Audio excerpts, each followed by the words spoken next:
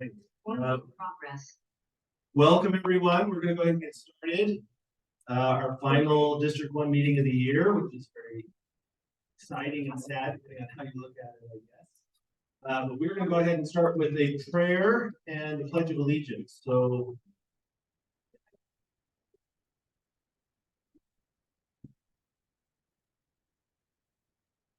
Dear Heavenly Father, we are grateful for this time that we have to practice our civic duty and be engaged, learn more about the neighborhoods that we live in and what is going on and how we can be involved. We ask you to bless those who participate and speak, that they will be able to have clarity of mind and say what they need to say, and help us all to find community with each other. In the name of Jesus Christ.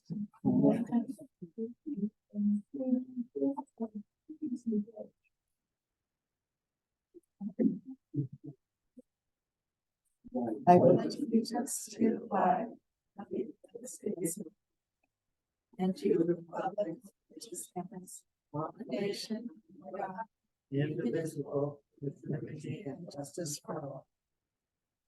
thank you. All right. Our first item of business is just a little review of some traffic items. The traffic manager, Breen, Kessler, sent a note.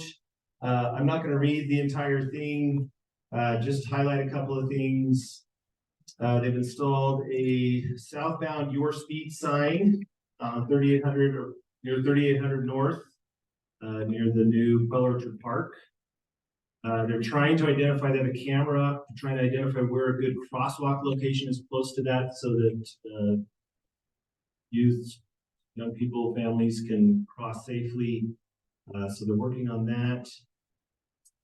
Let's see, I guess this probably was a follow-up to a previous meeting regarding maybe some flashing beacons. But because this is 2875 North Canyon Road, because it's part of the reduced speed school zone, we can't actually, by law, put a flashing beacon crosswalk in that zone. Let's see. Some notes regarding Days Market and the truck routes. Looks to me like by definition, a truck route through Provo is for trucks that are passing through Provo. And if they're not passing through, they're actually doing stuff they can actually drive on local streets. We don't have a lot of control over that. And then the last one has to do with the crosswalk near the fire station. And that really there's no safe way to add a crosswalk when you have fire trucks going from that curved street there. So I think those are kind of just some follow-up items on things we've had before. I do. So on the other side, we've had people comment in past meetings. We want you to know that we are listening and at least trying to work on this. And the superintendent, Wendy Dow, and maybe the school board will talk to us when they get up, said that they will follow up with the school resource officer, the school resource officer supervisor, and the principal, Melanie Hall. She loves the new speed limit sign that has happened up there at, where he said, 3800 North. Sergeant Bascom has been parking over all the school resource officers. Parks very close to the roadway already near Timpview's driveway. He's aware of the concerns that we'll be working on traffic enforcement. He has time. Officer Bastion is over Timpview High School specifically and parks daily with traffic on Timpview Drive and has done lots of enforcement. Which to that, I asked Erica, I'm sorry, I don't remember her last name. Erica is with traffic or the police or something. Mm-hmm. And she followed up and got us an actual spreadsheet of some of the stops that they made on a little, just a little blitz. So keep in mind they're just doing lots of little blitz because there's regulations about how they do that. So they are doing more, I think, even than we're seeing. So I hope as you, I hope all of us here will be the one that tries to do their best at obeying those laws, right? If we each slow down and tell our children to slow down and pay attention, then we'll just try to, phone tree this, make it bigger as it goes. But we have to keep in mind that the police are working on it. They are aware, they are listening, and just kind of keep that in mind, because I am hearing from other people that say they're doing nothing. They're not doing nothing. They are trying. Just because you see somebody run a speed limit at the stop sign doesn't mean they missed the guy yesterday. They are working, they are trying. So keep that in mind and just help your neighbors. All of us can do better. I know I can. And that's what we're trying to do. Thank you. I'll add a public service announcement that we should all put our phones away when we're driving. I've gotten in the habit of honking at people who are on their cell phone if I see them. So if I honk at you, it's nothing personal. Just get off your phone, okay? Let's see. We're moving on with a little school district update. Lisa Boyce, are you going to take the microphone? We have 2 microphones if you need them. Yeah, we're gonna be quick. Do you want to put the slides from Gina up there? We're gonna thank Board Member Gales. This is a slideshow Gina and I put together when we were doing districts 4 and 5. That just kind of, this will cover quickly some things the school board's been working on, but first, after reaching out to Moni from the last time we got the minutes from this, they've had people out at before and after school, as well as the school officer each day watching traffic patterns. And then they also at PTA and in their different meetings been emphasizing to parents as well as students this need for everyone to pull together on this. I've gone in the mornings at drop off. I'm not really there at pickup time. And I will say those are not our speeding moments with our students or our neighbors because traffic, right? So there's just too many cars for anyone to fly by at drop off time because there's so many people trying to get to school at those times. But still the thing around e-bikes and scooters at those times, that is a critical time. And so the messaging has gone out and we'll continue to try to emphasize to the students as well as people in the city, right?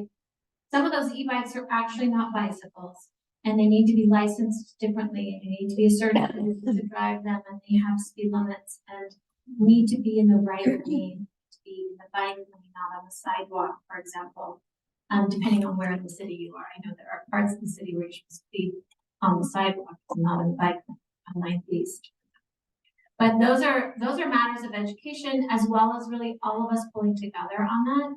But we have had people looking at what the state and other schools are doing around policies around like when something is motorized and it hits our campuses, what are the rules, right? Because we don't want scooters and one wheel, I don't know what they're called. Do you know what those one wheel things are called? One wheel, well there you go. We don't, we need to make sure that our students are safe as they're walking through our campus as well. So we're aware of this and we really hope parents and neighbors will also be aware of this because this is something that starts on our homes. We need to be talking about and asking our kids if they're riding e-bike, we're glad they're not driving a car actually, but are we sure we know what class of e-bike that is, how it needs to be registered with the city, where it can be driven, etc. Like this. Yeah. Okay. So just to add to that, I don't know if you guys are aware of some of the things that 8-year-olds are not allowed to operate motorized vehicles.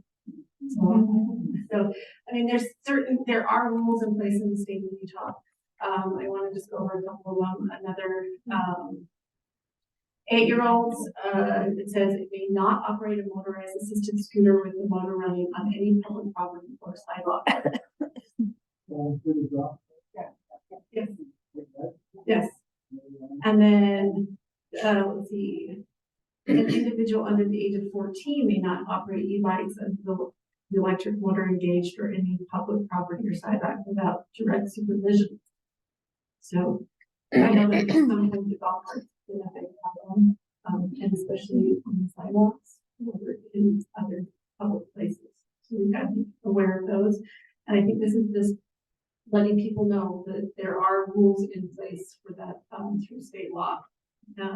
An individual under the age of 16 may not operate a class 3 e-bike. I'm not quite sure all the differences, but. So I recently looked at pictures and I recommend if this is something that your kids have or your grandkids have, that you Google this and find out the different classes of e-bikes so that you can make sure they're licensed correctly. There are definitely e-bikes, class 3 e-bikes are actually classified, I think, as like a motorcycle, but you have to have a different kind of license. Class 3, Is it- says up to 28 miles an hour. Right, Class 2 is throttle or pedal. okay. Class 1 is pedal assist up to 20 miles. Okay, so a class 3 e-bike though, 16 or older to drive. Anyway, our school district is gonna be looking into taking this to our policy committee and doing something on policies, what we have on, school grounds, what's allowed. All right, here we go. Okay.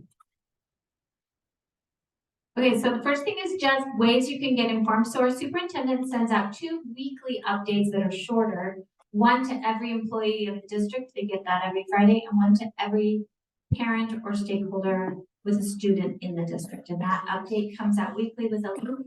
You can watch that video and it tells you what's been happening that week in our schools, some of the issues we're facing, some celebrations, and it's a great way to stay informed. Also weekly, there's a podcast that the superintendent does, Sup with the Soup. And these podcasts are really heartwarming, and I cannot recommend more highly the podcast from this past week on gratitude, where the superintendent goes into our elementary schools and just talks with kids and interviews kids, and then talks about citizenship and what our role is as citizens in the United States and why we have to all do our part. It's really inspiring. And I know those are longer sometimes, but if you listen to podcasts while you're doing work or doing some of your things, I highly recommend tuning in to this podcast about our schools. Then the other thing, okay, next one. Oh yeah, or you can scan that if you're fancy. All right, we're working on a strategic plan for this district.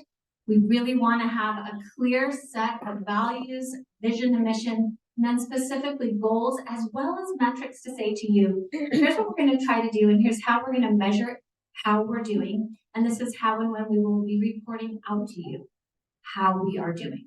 So right now, there's a steering committee of 35 people, I think it is. They're community members, not all of them have students in the schools, but they're various stakeholders from around all parts of Provo who sit on the steering committee, and we've met twice so far, and those meetings will continue to happen monthly. And then the information and input from that steering committee comes to the board. We had a 2-hour session in our last board meeting. We'll have a 2-hour session this coming meeting to take the input coming from stakeholders and to do our part to help develop this plan, with the idea that this will be, we'll be doing like community outreach meetings around the first of the year. There will be surveys that come out so that we get input from people around Provo. And by April, we'll have a strategic plan in place that we use to drive decisions around spending, around where we focus our time and energy and resources as a district, and how we communicate that out to all of you so that you know what's happening and you know how to measure success with this. It is so exciting. Like, honestly, this week at that meeting, I just was looking around like so thrilled. Okay, do you want to talk for a minute about Dixon property? So some of you may know that Shoreline Middle School will be completed at the end of this year, and we'll be having our students complete that in the 2024-2025 school year. So that leaves our Dixon property vacant. So we're really reaching out to the neighborhood over there to just see what their needs would be for that, what they would like. Well, at the same time, using the strategic plan to say what are our needs as a district as well. And these are just some of the options that have come up through some discussions. Nothing is written in stone here. Nothing has been made, plans, nothing, but we are open to start those discussions.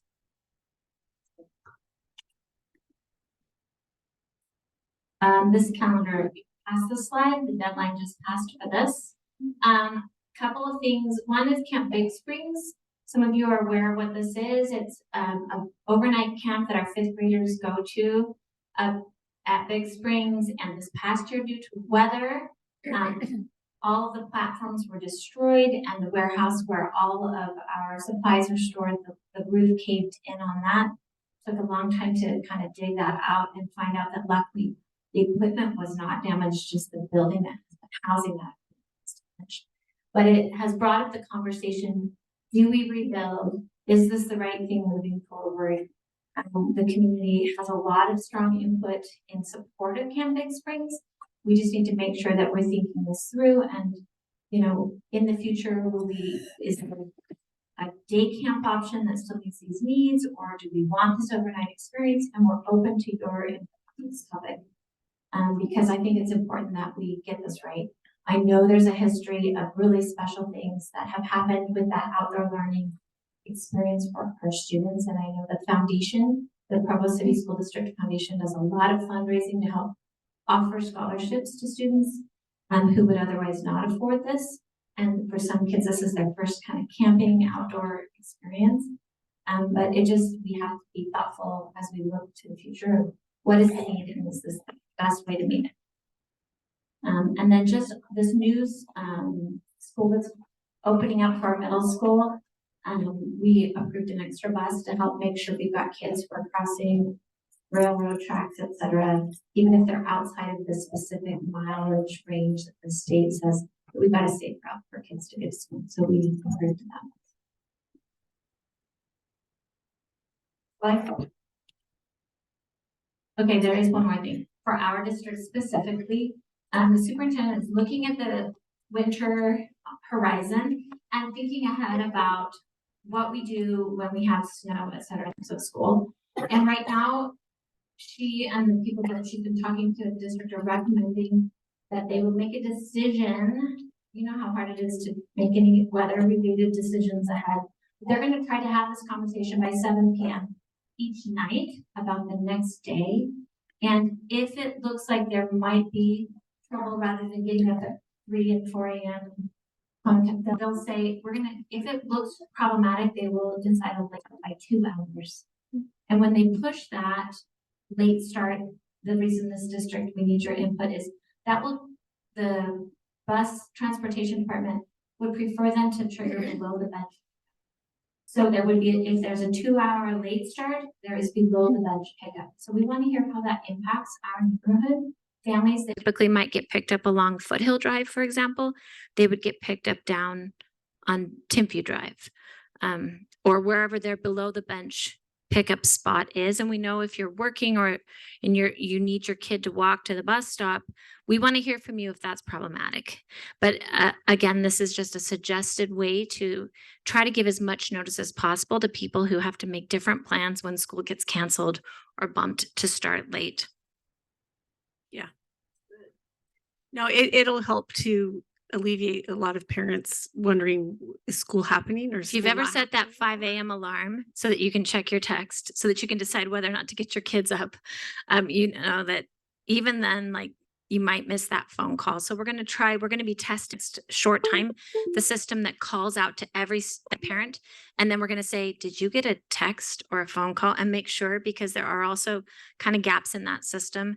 And we want to make sure we reach every parent about whether or not school is happening and on what schedule. And I think we were going to try to see if we could reach out to secondary students because of those who drive and whatnot. But we want to just make sure that if there is inclement weather the following day, they will let you know by 5:30 that school is going to be an online learning day too. Yeah, so that's right. Oh, and I was just going to say, if you have elementary school kids, sorry, psych. How are you, friend? I'm good. Okay, sorry, it's how my brain is. It's really bad. But part of why we want to decide ahead is that for our elementary students, if it looks like it will be an online learning day, we need to send Chromebooks home, and we need our teachers to have notice, because that's work for those teachers to have their lessons available online, and students have to have equal access through technology to that online learning day. And in the past, sometimes they'll decide it's online, and then everyone's got to still come through the storm, pick up a Chromebook, and go back home for that learning day. And we just don't want that to happen. Awesome. Thank you. Well, having been woken up at 3 or 4 when those calls come in, I would love for you to make the decision the night before. That would be fantastic. All right. We're going to add a planning item, but our first planning item, I'm going to put in the unofficial kind of informational category. We do not have, as normal, or if it was more official, a planning representative. But I'm going to let Bonnie introduce our guest. Does that sound correct? Okay. And then we'll spend about 15 minutes on that.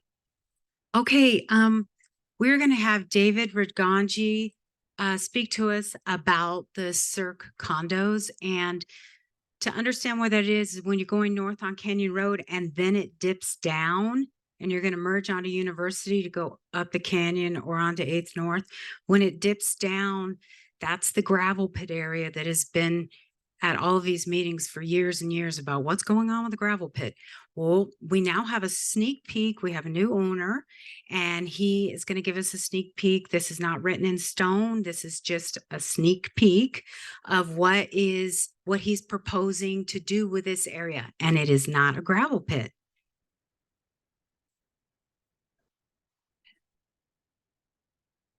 Thank you. I'm excited to share this. The first time I've shared this with any of the plans here besides, architects, engineers, and city staff as well. So this is the first public meeting that I've been at with this. I think we have a picture coming up here. There we go. Can we go to the plot layout first? Oh, there we go. Okay. I feel like this is the good place to start. So again, I became a partial owner in the property in 2019. And then I was a full owner in 2021. There were 10 other owners that had to sign off on this. I'm just laying this out so you understand where I'm coming from. It's been a longer journey than drawing out the pictures here.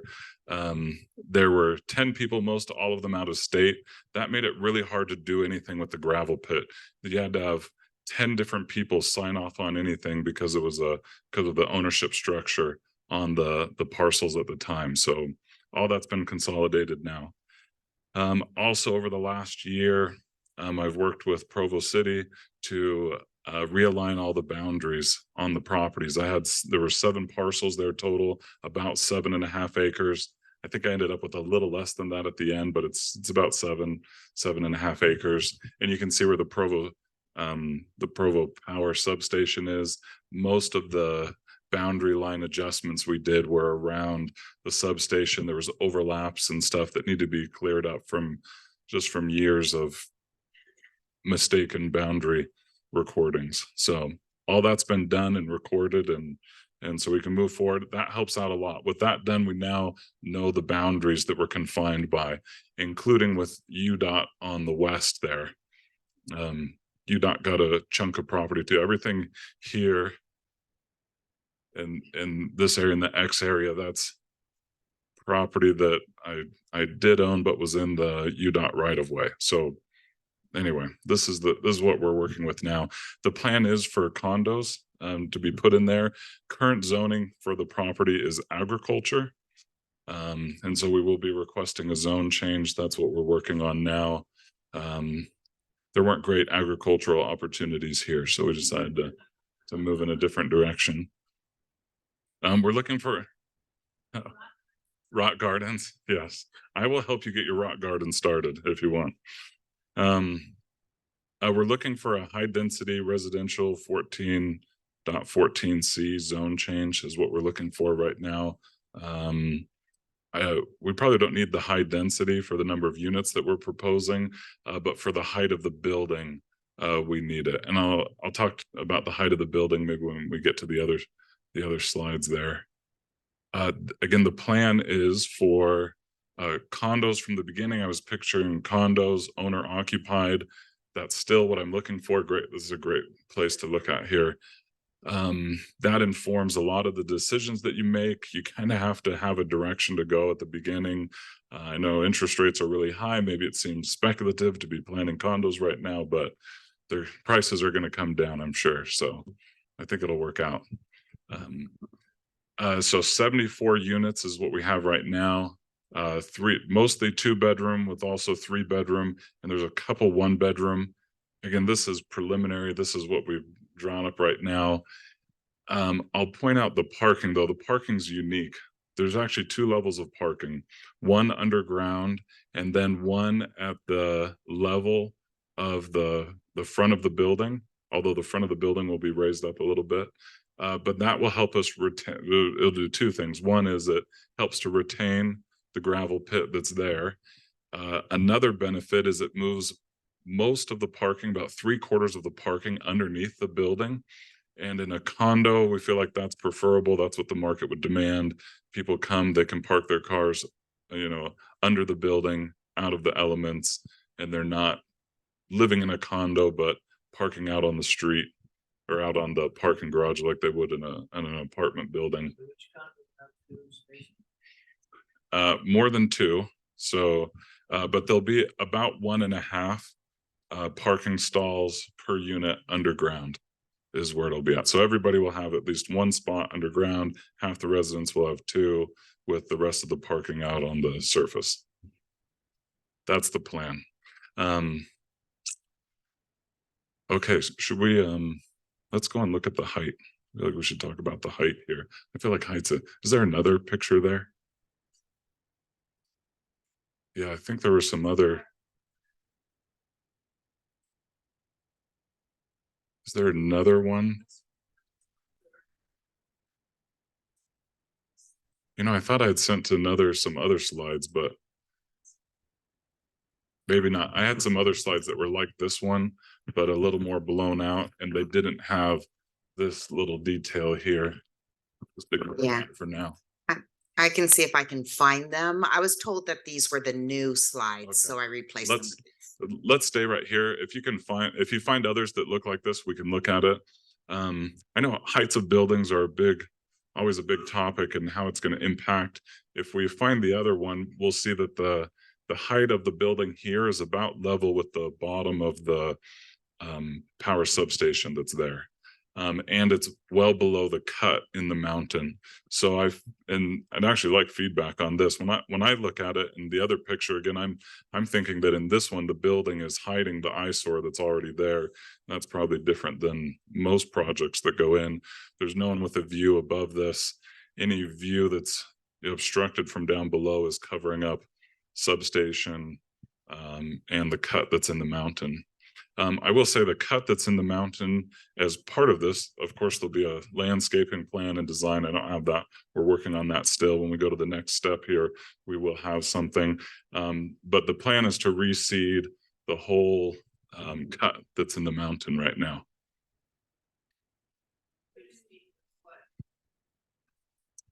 Seasonal grasses and wildflowers, native landscaping that can survive on its own. We won't be able to irrigate the mountain, so it'll be natural.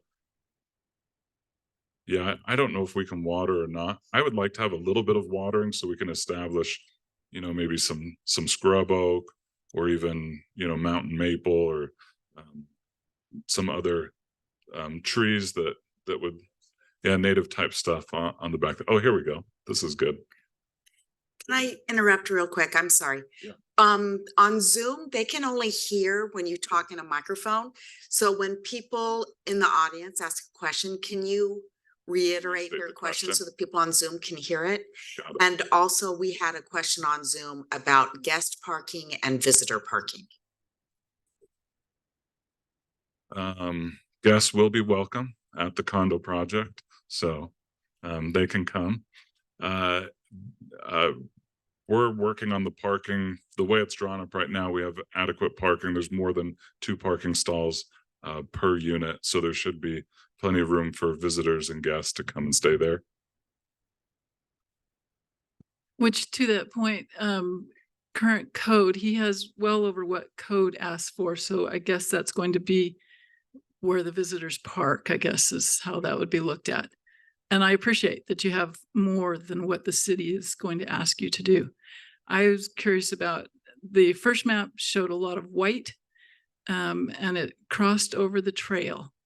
I know you're going to get some questions about possibly, I know I have the wrong language, Stan or Angela or somebody help me out, dedicating an easement to the city, or just so that we know, we're confident that that doesn't get built over because you do own it, but it will connect that trail system. And that's something other people in the city are working on maintaining at the moment.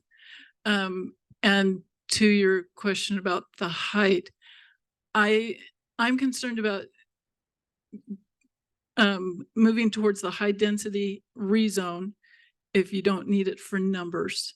I don't know how the city counts the height of the building, right? Where are they going to start measuring with that slope going up? Are they starting at the underground parking or just at ground level, or how they make that determination?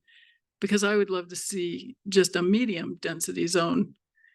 And then I don't know, some allowance for the height because of the hillside. I don't know how we put that and codify that so that we aren't worried about somebody else saying, well, he's got high density, we want another high density project on the hill, which I think most people don't. So. You know, I'm trying to figure out how we measure the height of the building as well. Just this week, I think it's the average height on the facade is how they do it.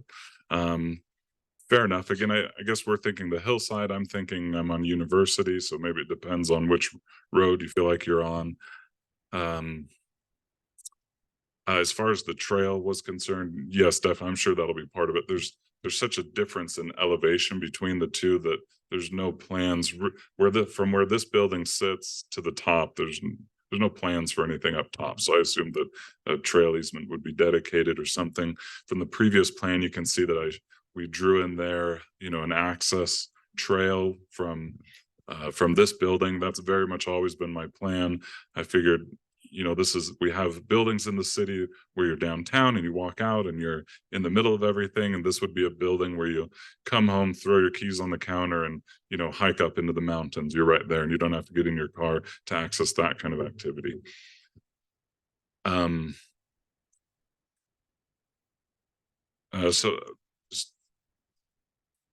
Yeah, let's talk about some other improvements as well. We show the single access road here onto Indian Trailhead and then onto Canyon Road. Oh, there we go. There's the trail. And again, that's our vision, is that we would have an access to the trail and use it, you know, be able to access the trail from the living areas. As far as down on the bottom here, we're drawing some plans, the engineer's drawing us some plans as far as improvements to how Indian Head Trail Road connects to Canyon Road. We don't have a traffic study.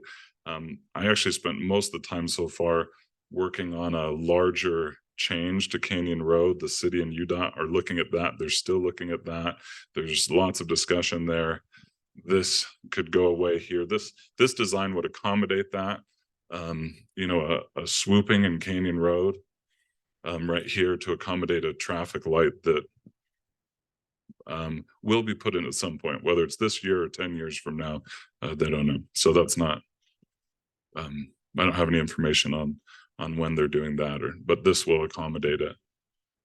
There'll be improvements to water. This is kind of a dead zone. There's a lot of utilities here, but there's not a lot of,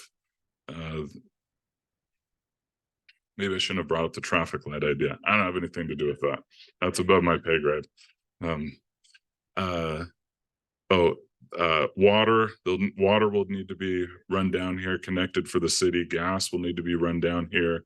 Google Fiber can run down here. They already looked at it and said they can. So there'll be an improvement to overall infrastructure in the area with this project, including the trail, including sewer.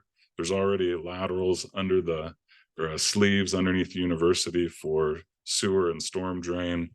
So anyway, there'll be a system-wide improvement with this area when it's developed. That's the one I haven't looked into. And yes, that one I've assumed that I have all kinds of options for connecting into power. So plus that's the easiest one to begin with. Well, besides the Google Fiber, that's a smaller cable. But yes, I assume we'll have lots of power. Electric cars for everyone. Any other questions? Maybe I'll just open it up and I think this is working. I'm curious about your architecture and if it falls under the corridor architectural restrictions for University Avenue and that corridor, if you know what I mean at all. I maybe I'll just respond a little bit about architecture. I'm not. From Jamestown up years ago, there was a corridor created for materials and look. And if you look at 4800 North and the apartments that are there, they originally came in with a very high-tech look of just metal and steel. And through the hearings, this architectural corridor came up. And if you'll notice now, they've changed to rock and more of an earth type material. And so I'm just curious if the city's said anything to you about that and what your thoughts are. That's the first time hearing about it. Makes me glad I came tonight. That's something to definitely look into. The architect within the next few weeks will be adding some detail to it. What we did do is look at what was going on across the street. There's other things happening in this area as far as commercial and residential. Those looks were more modern looking. So we wanted to do something that was complementary. I'm open to other suggestions. Obviously, there's opinions all over the place about what different people think different things look good. So I don't know that I'm married to it. I guess I'm just, you'll have to go through the city. But there was a pretty hard, even in the shops at Riverwood, when those were built, the materials, the looks, the types of things. And if you look at all of the designs, at least in the 4800 North intersection, they all had to fall under those materials and look. Okay, I will look into that. I'll say this, the one thought or vision that I've had so far is that because this is close to, really it'll be your last building on the right before you go up the canyon. I wanted to do something that maybe brings some of the architecture down from the canyon, maybe something that would fit in up at Sundance almost, not quite, but almost, and the landscaping would reflect that. I felt like that would be good on this side of the road up against the mountain, just to bring that down a little bit. Again, almost, but we'll look into that and make sure we're complying. Well, if you're building something like Sundance, I think that fits.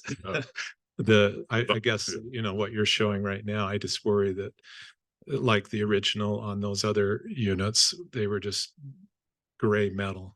And anyway, so that's also another reason that from the beginning I've been wanting to go more the condo direction. Just with condos, they're just built a little nicer in the end. It's people's homes, they own them. You have to provide something that the market will buy. I think we had some other, there's lots of questions. Who's in charge here? Who chooses? Project timelines. If everything goes exactly the way you want, when do you break ground? If everything went exactly the way I'd want, this building would be done already, and we'd be having the meeting in the basement. So I really feel like the best case scenario at this point is that you could break ground a year from now, getting through the city and then all the architecture work and engineering work that has to be done. To me, that would be absolute best case scenario. It would take a year to build a building like this. So really we're 2 years out. This is almost a 2026 project is when you'd expect to have finished building there. One last follow-up, owner occupied, or do you have a certain percentage that you're thinking, or how are you going to try and get this to pass with the neighbors to say that a certain percentage will be rental or none or only owner occupied? Honestly, we're still working on that. I don't know. I know there's rules for financing. If people get financing in there, you have to be 60% owner occupied or so. Otherwise, your financing options fall apart. Besides that, I don't know. I'm still trying to figure out how we're going to sell 76, units in a month when it's done. Yeah, I just wanted to follow up a little bit on what Robert shared. There's the corridor. I don't know exactly how it works in this situation because you're not exactly on University, but I think the principles should be applied. So there's both the context of what you build and the look of it, but there's also setbacks and green space, urban forest kind of things. And so depending on when the city changes the road, that might impact this some. But regardless of whether you're technically, slightly back from that or not, I think the neighborhood would much appreciate you following the footprint and the plans that apply generally on University in that corridor. Just wanted to touch on that. Any thoughts? No, it sounds great. Oftentimes you just follow the spirit of the law, if not the letter, and try and fit in. The idea again is that we'll design this not in a bubble, but taking into account the other work and projects in the area so that it all looks good and matches. Hi, three things just really briefly. I won't wax too long. I hope Provo City and your project team are really looking at the seismic implications of that site. Most people in this area don't know that there's actually a visible section of the Wasatch Fault. It's about 150 yards north of the northwest corner of the property there. It's on the east side of what's now University Avenue. It's just as you begin to make the sweeping turn into Provo Canyon, but you can actually see it. It's about 40 feet long. It's one of the few places that the Wasatch Front is actually visible. Excuse me. So you're just right on top of that thing. In this area, the last emergency preparedness stuff I saw, you have a capability on the Provo Fault of basically 7.2 earthquake plus about a 1G vertical acceleration, which is a pretty big deal in building. So that's one thing I'd like to point out is you guys are right there on essentially the rupture zone of the fault. Now you might be 10 or 20 feet or 100 yards either way, but I'm just pointing that out. Unless Provo City, it needs to be brought up and discussed and addressed very actively. Second thing is that particular area historically has been swept by wildfires over and over and over again. You got the advantage of being in a gravel pit, and vegetation can be put in and managed that way. But I don't know, you may want to consider a really robust perimeter fire suppression system in that area. And then finally, most people don't know that Indian Trailhead Road even exists. And when you're coming down Canyon Road, headed north, and someone suddenly decides to make a right-hand turn on that road, it's an all brake stop, try not to rear end them type of event. I've seen a lot of accidents there. So probably the turn, the shoulder, there's a large steep hill there, and the road is kind of just surprises you. That probably needs to be shaped so that people get a lot bigger heads up that there's a turn there and there's a road there, as we expect higher traffic loads on Trailhead Road.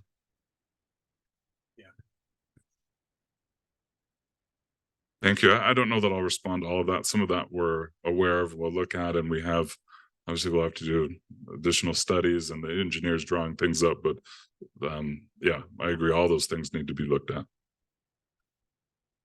So just as in your presentation, you said something about maintaining the gravel pit, and I can pretty well assure you that most people in the neighborhood don't want the gravel pit maintained.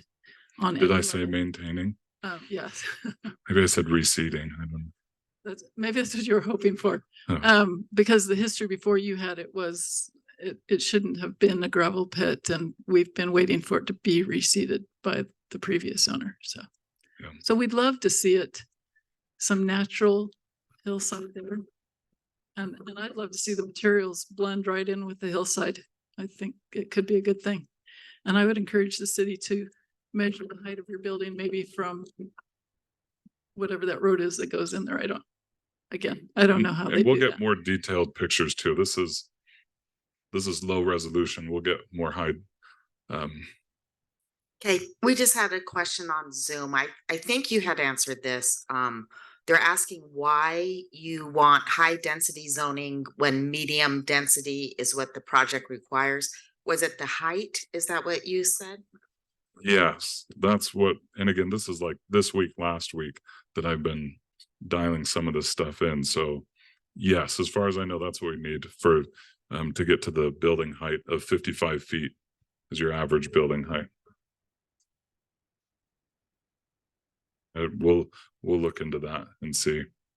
But again, given the acreage that's there, I don't think a high density zone is required, but given the height of the building, I think it might be.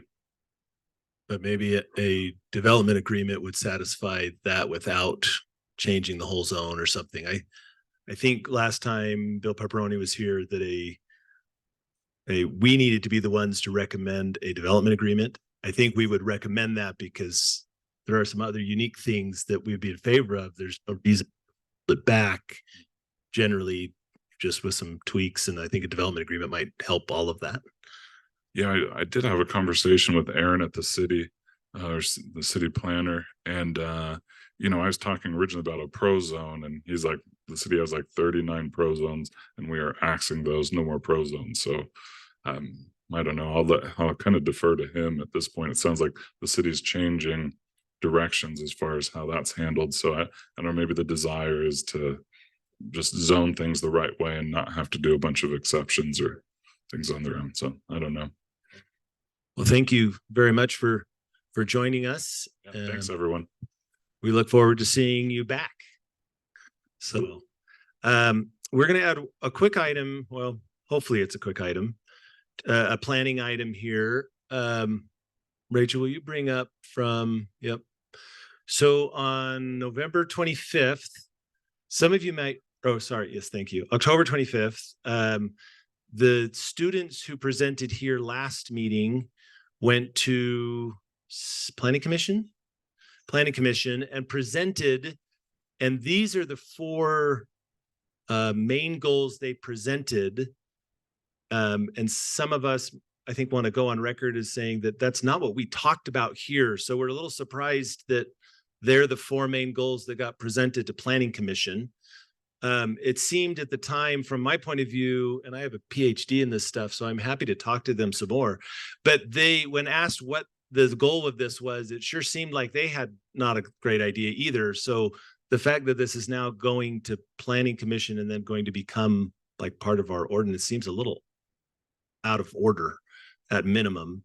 But I wanted to just get a few comments, and Rachel, if you help kind of this go on record, and I know the notes will kind of capture this, but just a few comments. I know some were either there or watched it.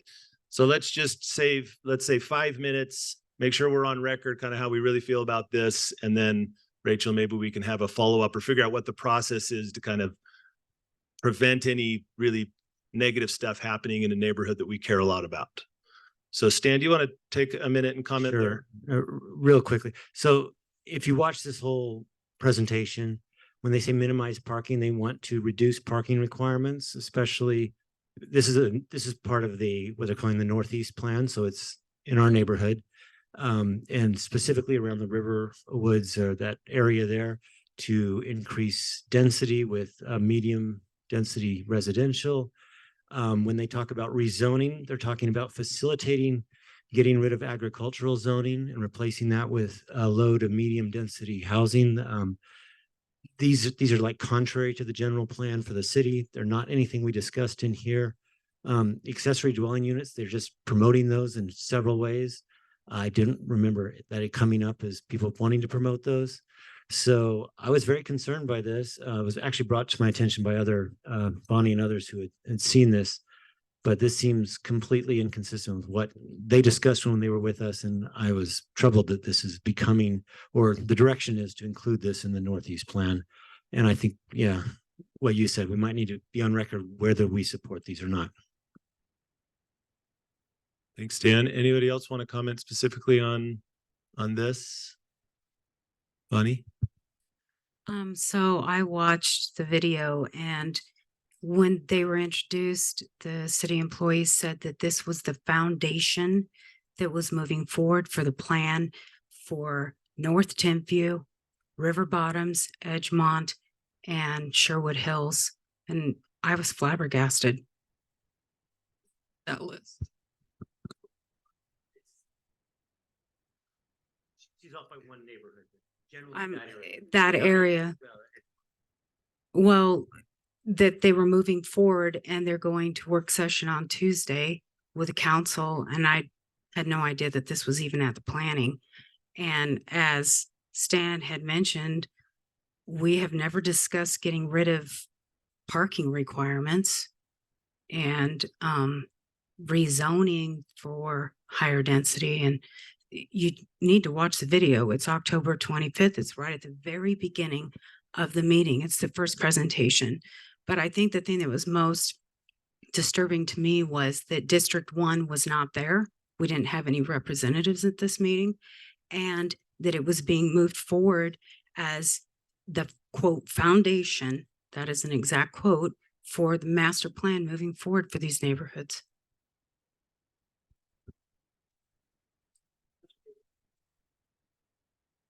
Yeah, these are just the main goals. There are more slides and more conversation, but we just wanted to hit it, make sure we're on record. Yeah.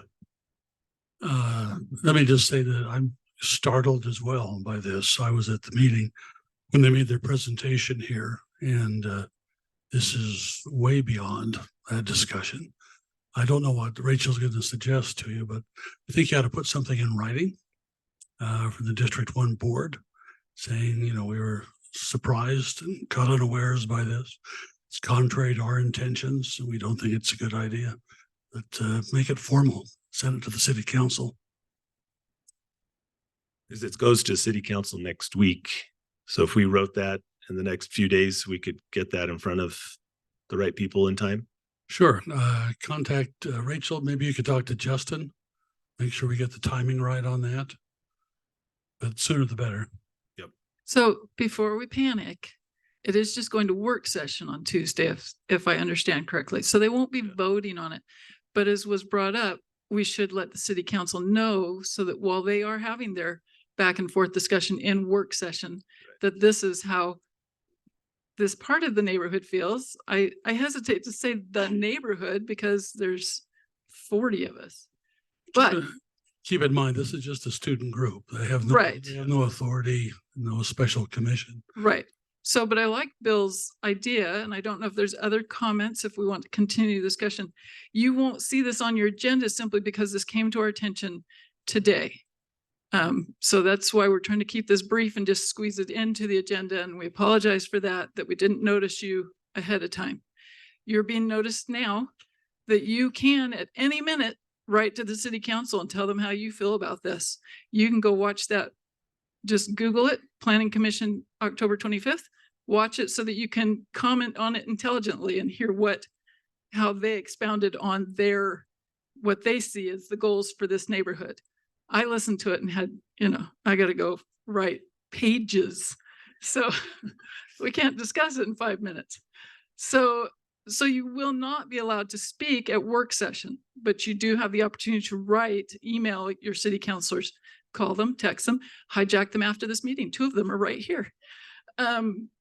So that's how we can give your input. But I love Bill's suggestion that maybe we create a resolution here quickly that says the Northeast Area Plan, how did you word it? Because it was great, is not in favor of the 4 main goals that were presented as part of our Northeast Area Plan, as the foundation for our Northeast Area Plan, or something to that effect, and we vote on it. And we can put that in the record and send that to our city council before Tuesday. Game to vote on that. Plus, I feel like there's a little bait and switch going on because these were not the things that those students brought up in this meeting with anyone present. So let's have another. Oh, sorry. I mean, seriously, if part of what they were supposed to do was to come here and collect information and make a proposal that matched what the desires of the citizens were, then they have missed the mark in a big way. And and maybe I don't know the professor, maybe the professor's influencing them and in what their conclusions were. But I was in the meeting and many of you were in the meeting, and this is not what should have come out of it. That's not the meeting. So that's, in my book as a professor, an F. Another thing as I recall this group coming in, we advised the group advised them to look at previous plans that these student groups had come up with. And they said, oh, yes, we will do that. But this doesn't reflect that they have looked at those either. And so that's. So, but in their defense, I will say they said, go here and make your comments. And I know I didn't get there. Do you have a comment? Sorry. Okay. I just 2 thoughts. One, well, back to the students. My first impression on this is that they're implementing personal opinion or maybe people they've talked to. I don't want to say city, but staff, some of these things. But as far as the students, I'm surprised they didn't come back to us and say, hey, this is what we heard. How do you feel about what we're going to present to the city? They didn't give us a chance to even to validate what they had. So my thought is, yes, have them come back and say, this is what we got from this meeting. How do you feel?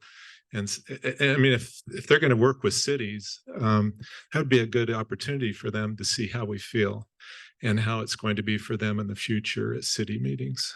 But tonight we have to do something. And I think maybe we could take a quick vote on how people feel about this and a letter, and then have a letter that we all sign and get to the city and to the council. I agree with that. I think we had another comment here. Sharon, be thinking how you want to phrase this resolution, and then we'll vote on it. I was at that meeting when the students came, and as I recall, they did not even discuss the 4 neighborhoods. Do you remember that, Sharon? We sat there and we thought, don't they remember that Edgemont and Riverbottoms and those are part of this? Those neighborhoods were not even mentioned. Don't you remember that? Yeah, it seems like maybe they were getting direction from city, direction from a professor or something like that. And yes, I think we all agreed that this was not what we talked about in the meeting. Catrice, did you have a comment you wanted to make? Yeah, I thought a really good comment was made about, like, many of you have been in the meeting, and if you are writing an email to the council, mention that you were in the original meeting with the students, mention the impressions you left with and how this was totally counter. That would be really good. And I listened to this commission meeting today, actually, and I was shocked. I was warned by staff that I was going to be shocked, and staff was shocked. So staff was shocked. I was shocked. You're shocked. That's weird, right? And the students did mention multiple, like even the commissioners were like, well, what public did you talk to? This doesn't sound like the public we know that lives there. And they'd be like, oh, like there's just like this one person, and like there's people at school, and I'm like, it was weird. Okay. All right. So we did need to move. Was there one more comment or? One more comment. Okay. One more comment. Is it on? Yep. I would like to know who decided that the residents of District 1 want more dense housing.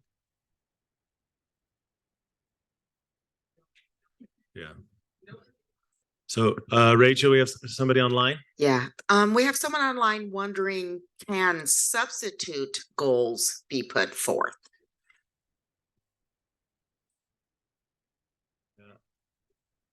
Probably not in this meeting, but yeah, when we write letters, I mean, we had a good conversation in the meeting last time. They just didn't listen, I guess. So, all right, so let's take a vote so we make sure we're on record. We've got 2 representatives. We did. He split, but he knows where we stand. He heard it. Thought about phrasing, you want me to take a stab at it?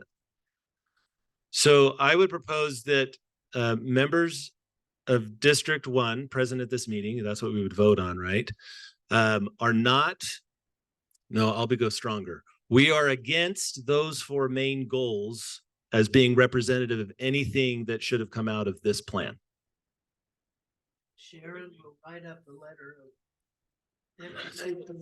Yeah, we will follow up with the letter, but yes, we can vote for or against. Zoning that they really wanted to change. They wanted to increase density, but they want to get rid of all the farms. Like that was a big thing. I'm like, none of us want to get rid of the farms. Yeah. So that was a huge one. And the commissioners brought that up too. Like, hey, in our plan, we want to save farmland. Like that's, people love having the horses. They personally hit on the Arabian farm specifically. I was like, shocking. But so yeah, it was higher density up in the Riverbottoms, and then more like twin homes, like retirement type homes, and to get rid of farming and open space. Okay. So I think I'll phrase that again, that people like what we're going to vote on, that we are against those 4 main goals as being a representative set of goals that came out of this meeting and that we're against those goals as being the foundation for a plan. All in favor of voting along that line? Sorry, we're not being very official, but you get the gist. Rachel, if you'll capture online. And anyone in favor or against what I just proposed, basically in favor of those 4 goals as being a foundation document. That's 0. Okay, we're going to move on. Thank you for that discussion. Make sure our hearts are all healthy, right? All right, so we have 2 items before public comment. Rachel's going to bring up just a few things I think about next year's this meeting and how the structure of this will be next year. And then just a quick kind of brainstorm on matching grant, and then we'll go to public comment. Rachel?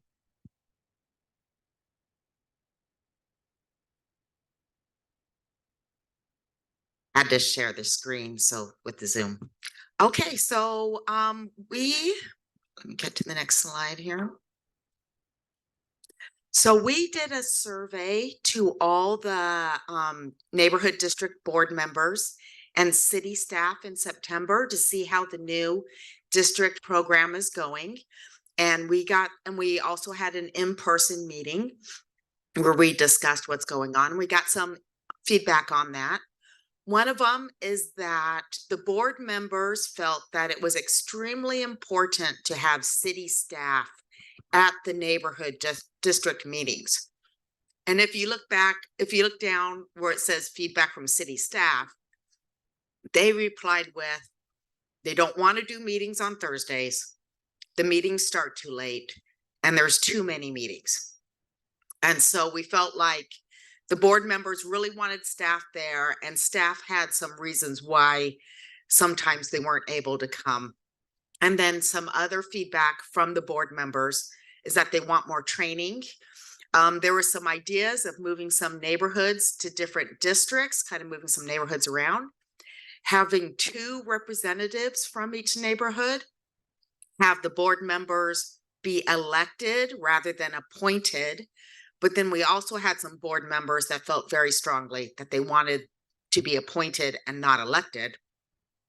We also had board members saying there was too many meetings, but we also had board members who wanted more meetings, but focused just on their neighborhoods, not as a district.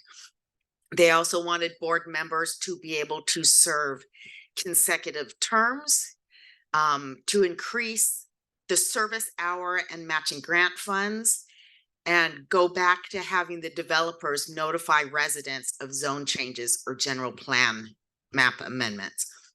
So some of the changes we're making, these are policy changes. These are things that we can do just kind of with the approval of the council chair and the council director. So these are some changes that are going to start in January. We're going to, instead of the mayor having a meeting for all 5 districts, we're going to do 1 meeting all together. We had some city staff that said, I will go to 5 meetings this year, and they counted those 5 mayor meetings as their 5 meetings that year. And so we're going to get away from that. We're going to have 1 mayor's meeting for everyone all together. That's going to be January 3rd to kind of kick off the year. We're going to change the district meetings to Wednesdays, so the city staff will be easier for them to come. We're going to start the district meetings a little bit earlier, so starting at 6 o'clock instead of 6:30. And since we're starting at 6, we will have a light dinner for those who come, and we'll be highlighting different Provo restaurants. And instead of having meetings every 6 weeks, we're going to have quarterly district meetings. And at the district meetings, that's where you have your elections, your presentations from city staff. That's where you discuss your planning items. You vote on matching grants or other things that require a vote. That's what will happen at district meetings, which will happen quarterly. You will also have, and this is up to your representatives, optional neighborhood meetings between the district meetings. So if they feel like we have a concern just for our neighborhood, this will give them more time to have that meeting. And that's where they can brainstorm matching grant and community cleanup ideas, listen to residents' concerns. Maybe if there's a major issue happening in their neighborhood, they can get together to write letters to the council or decide how they're going to make public comment, things like that. But city staff will not be at the neighborhood meetings. They'll just be at the district meetings. And the neighborhood meetings can be held in your neighborhood, at Fire Station 2, at whatever time you want. That's up to the representatives. And then you can also have the board members could have optional board meetings between the district meetings. A lot of boards are already doing this. Sometimes they do it through Zoom, sometimes in person. That's where they decide what goes on the agendas. They can plan neighborhood socials, where to spend their budget funds, stuff like that. And then we're going to have 2 board member training sessions, one January 10th, where we're going to discuss planning, public works, and parks, who to talk to, what's the process, what's the best way to get your voice heard. They're going to kind of explain about that. And then we'll have another one on September 18th for the board members. And that's to be decided. That's kind of up to you as to what you want to be trained on. And Counselor McKay has agreed that our service hours amount will increase from $10 an hour to $15 an hour. So then that way you can earn your money faster doing your service projects to go towards matching grants. Now, some of these are some ideas. We're still playing with these ideas. These are with the city code. So any changes on these, I'm going to have to present to the city council in a city council meeting. They will need to discuss and vote and change the city code in order for us to make these changes. A change that, and we're still trying to figure this out. There was an idea to move the Pleasant View neighborhood to District 1. Oh, what? Oh, yes. Yeah. And so this will be presented in January 2024 when we have the new council members. And so there was an idea of having Pleasant View neighborhood moved to District 1. Right now they're in District 4 to more align with the council district. There's also been an idea to move the University neighborhood to District 2 or 5. So either District 5 to be with the BYU students, District 2 to be with BYU faculty. And again, we're just toying with those ideas right now. There's been a strong push to have 2 board members represent each neighborhood. So that's something we're going to ask for in January. And because people want to be elected, other people want to be appointed, we're thinking with 2 board members from each neighborhood, maybe have one be elected and one be appointed. A lot of people felt like the community lost their voice with not being able to elect their representative. But we also have a few people on the board who feel like the same people get elected every year, and being appointed is the only way other people can get a chance to represent. And also I know of at least one board member that because of her job, she cannot hold an elected position. So she can only serve if she's appointed. And there might be other people that are in that situation. So we thought that might be a way to work around the elected and the appointed, allow board members to serve consecutive terms. We also wanted clarification in the code on board member involvement in political or commercial activities. Right now, it just says no, board member can be involved in political activities. And so we were like, does that mean you can't do a get out the vote event? It also said no commercial activities. Does that mean you can't go to a ribbon cutting or something like that? And so we wanted some clarification on that. We've been talking about increasing the matching grant funds from $5,000 to $7,500. So we're kind of moving it up the same amount that we moved up the matching grant hours. So you'll still be doing the same amount of service, but you'll be getting more money. There's also been talk of some people, instead of increasing the matching grant funds, they wanted instead to be able to do the matching grant funds per neighborhood instead of per district, just kind of a first come, first serve kind of idea. We wanted clarification on the fee waiver process, or to get rid of the fee waiver process. There's the neighborhood district chair can, if they're doing a zoning or some type of land use application on behalf of the neighborhood, then they get the fees waived if it's okayed by development services. And there was just kind of some questioning on whether or not that needed to be in the code, if we even wanted that in there.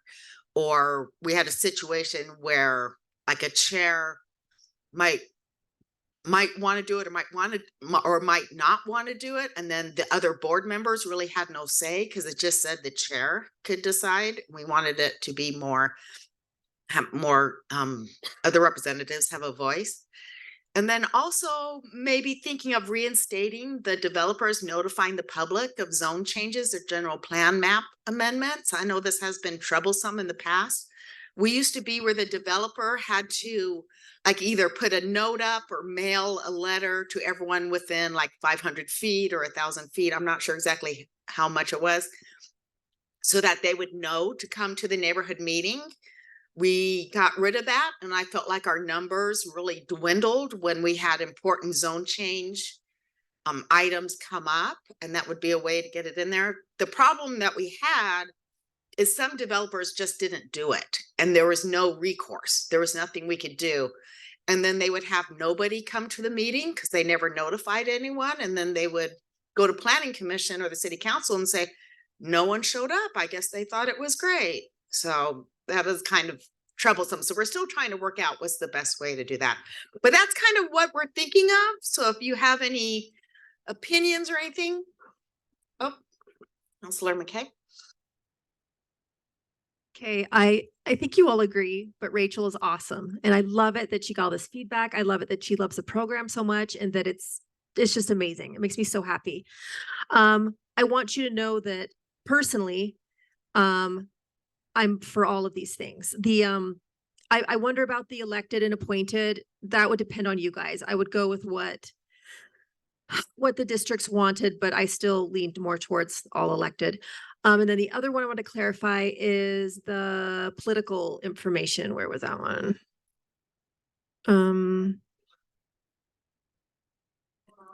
Yes. I don't think we have any right to limit you guys doing anything. I think that as a district chair, you wouldn't, go, I recommend this person for office as your district chair. Like you wouldn't use your title that way, but you can do anything you want. And I don't think it's our place to monitor your behavior. I mean, Stan and Craig shouldn't be coming into this meeting and fighting over handing out flyers to all of you, but they wouldn't do that.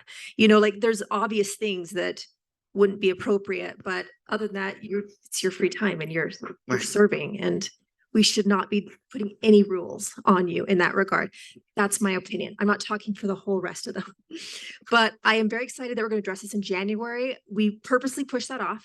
We didn't think it was wise to do it when things are changing, right? This will allow new council members to get up to date on the program.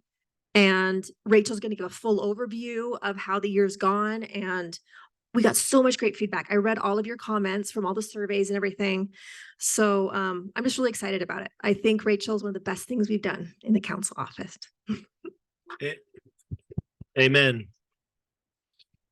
Rather than take any comments on this here, Rachel, just because of time, I think we want to move. The only note here, well, in regards to this, communicate with someone on the board or with Rachel directly if you have any strong opinions and want to give other feedback.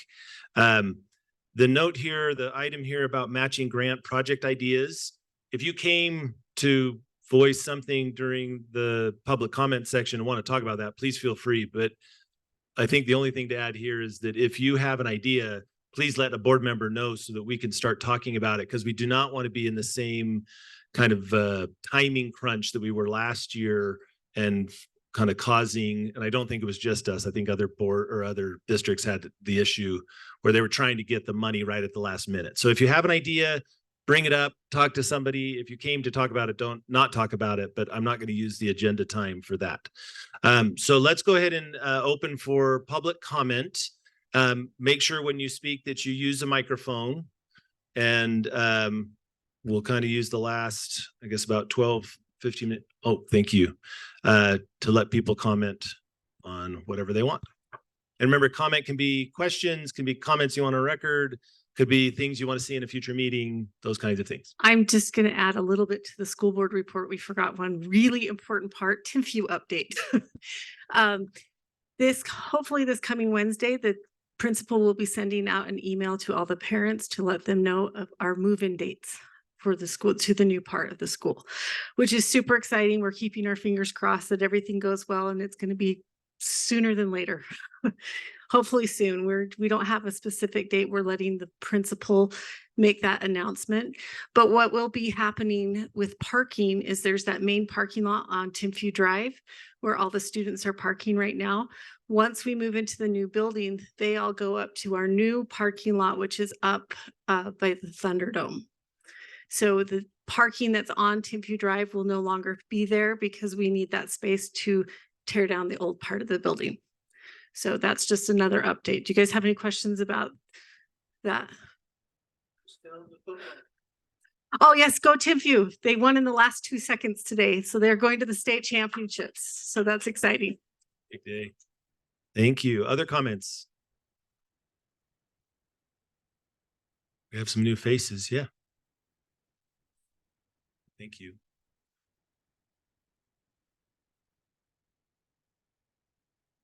Another comment on high density housing. I got an email today from Pleasant View neighborhood.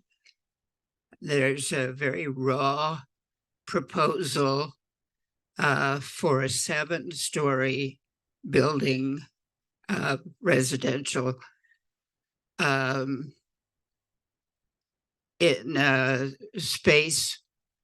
Let's see which side of Tip Towers on Canyon Road, and there's a hill behind it, and they're proposing to tear down that hill, at least part of it. The proposal has not gotten to the council or planning commission or anything yet, but I answered the email with no.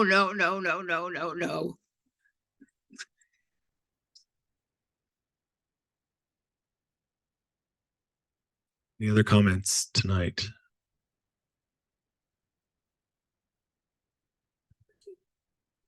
Are you tired? You ate too many of those yummy treats. Yeah. Yeah. Sorry, it's back to the changes they're making. When things have to come before us is 3 months. If I'm a developer and I have to wait 3 months to come to this group, is that?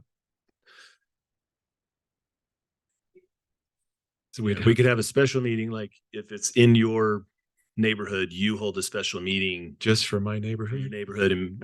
And I would say I'm really in favor of that last item. Get them to send out notifications, get as many people to that meeting as possible. I guess one of the things I liked about this program is that we had more strength in a whole area of our area, because a 7-story building over there, and I'm not in that area, I'd like to comment on it. Or if something has happened in the Riverbottoms, traffic wise, it's going to affect our area of town. So just my thought is I don't know. That's where my concern is I'd like to hear projects. That's one of the reasons I've liked this program, is I know what's happening in all the neighborhoods on my end of town. And that seems like I'm going to lose track of that. Rachel, are we clear on is that what you're proposing? So any land use item where they are doing their official proposal for a zone change or a general plan amendment would happen in the district meeting. It would happen here. You would have a city planner here to discuss it. I did talk to the planning department because I was concerned about the quarterly every 3 months. And they said the city doesn't move very fast and that they could have the every 3 months should be fine for the having like them coming to our meeting, but it would have to be in a district meeting so you could have city staff there, have it, like you said, as many people available there, because it affects everyone there. In your individual meeting, you could maybe have, like we had today, this preliminary meeting where there was no vote taken, no city staff were here. It was just purely the developer being very nice, speaking to you. That could be something that's done in just your little neighborhood meeting that you set up yourself. But anything where it's the official zone change presentation, that needs to be in a district meeting. Thank you for clarifying. And from having been a developer, I would say as long as I know the rules, they're fine. If they don't know if we keep changing it on, they'll get frustrated. They might be frustrated for the first few months of the year and then they just plan. Yep.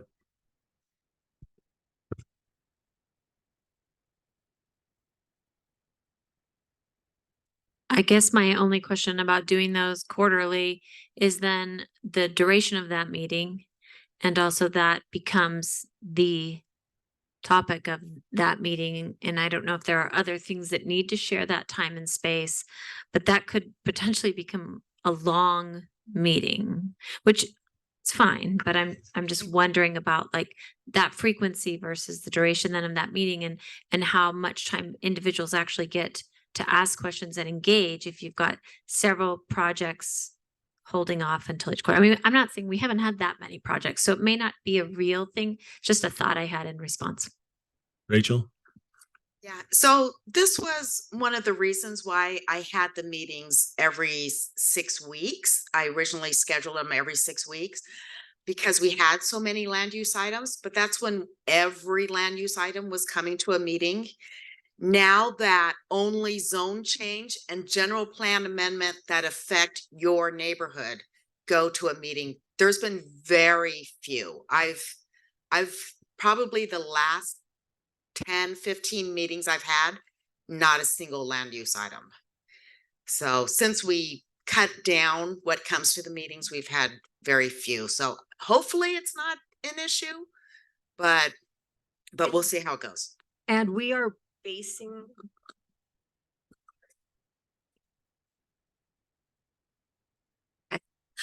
we are basing this off the feedback. So we're just gonna use this like as another year of seeing how it goes, right? And then we are totally fine. At the next year, we'll readjust it again. And if we find, you know what, we thought that would work, that's not working. Because we don't need the see people at every one. If we need to go back to every 6, we can do that. That is totally feasible. We will still probably stay to the Wednesday because of the city aspect of it, but we can make those changes if needed to. So we're really into Rachel's gotten us so much information, and our goal is to do this on a yearly basis and then really get the feedback and come up, you know, in 5 years, it should be running so smooth, and we should like, you know, meet everyone's, we'll find the best scenario, right?